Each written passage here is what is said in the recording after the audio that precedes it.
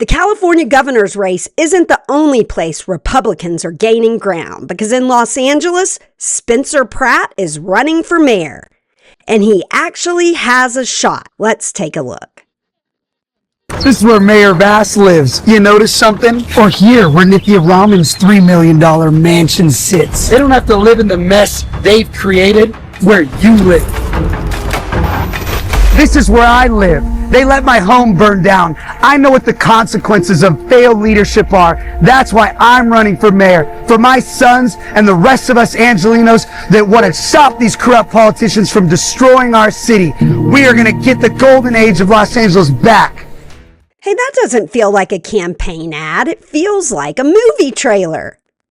And that may be the point. It is Los Angeles, after all. So quick context, Spencer Pratt was on the reality TV show The Hills, and now he is running for the mayor of Los Angeles. But when you look at what he's building his campaign around, it starts to make a little more sense. Critics of California leadership, now you're running for LA mayor. Tell us your platform.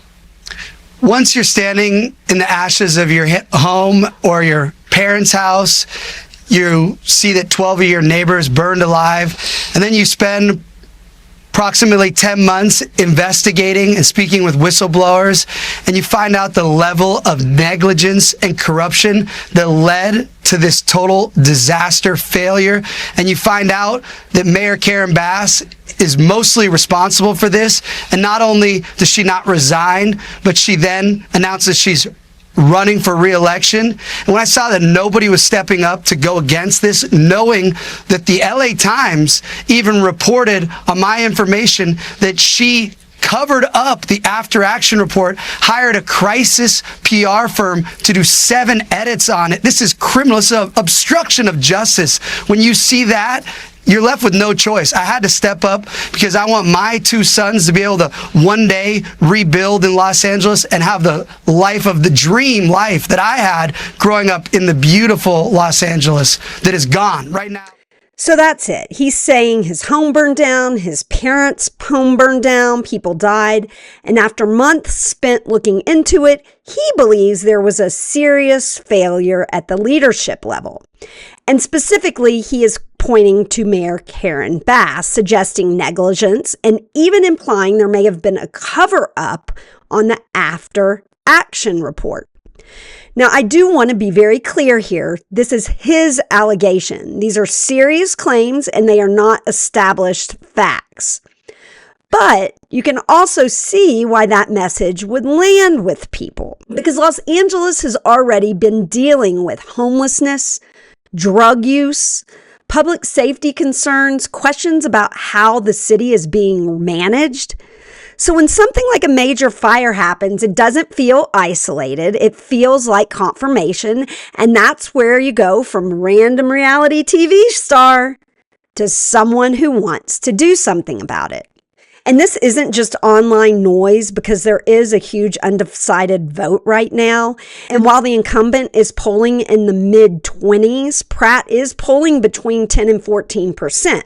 So no, he isn't winning, but those numbers aren't nothing. And he has raised real money, over $1 million. Pratt was recently on the Joe Rogan show, and I want you to take a listen at what he said. Business as usual. And I see that nobody is stepping up to run against the mayor who's responsible for this disaster and so many other disasters. So it became to the point where I got so sick of just being as the younger people say in the comment section, a yapper. Like I felt like I was just yapping. I'm like making these videos. I'm telling the truth. I got a congressional investigation. I went to Washington. I met with everyone possible that I could do as just a citizen. And I was like, okay, well, game on now. I'm going to go into your headquarters and just take your job and then remove all these toxic entities that are destroying our way of life in Los Angeles. So yeah, he was online talking about it. Nobody was doing anything about it. So now he's running for mayor, taking action. And that's how I think a lot of people are feeling right now, like things aren't being done. They're seeing problems. And at some point they're like, how am I going to fix it? It's up to me. And so the question for Spencer Pratt became, What am I actually going to run on? What am I going to do about it? Check it out.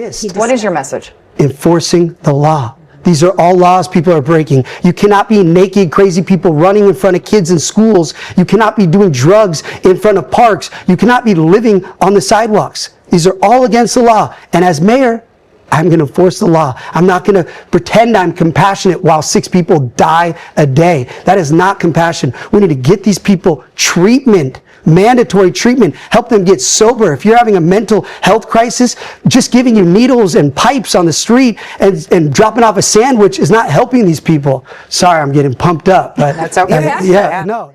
Wow, I've got to say I love the passion there. I would be getting worked up too. I used to live in Los Angeles, and my friends over the years have sent me videos of how the city has gone downhill. So it's really disappointing, and you can just tell how much he loves his city.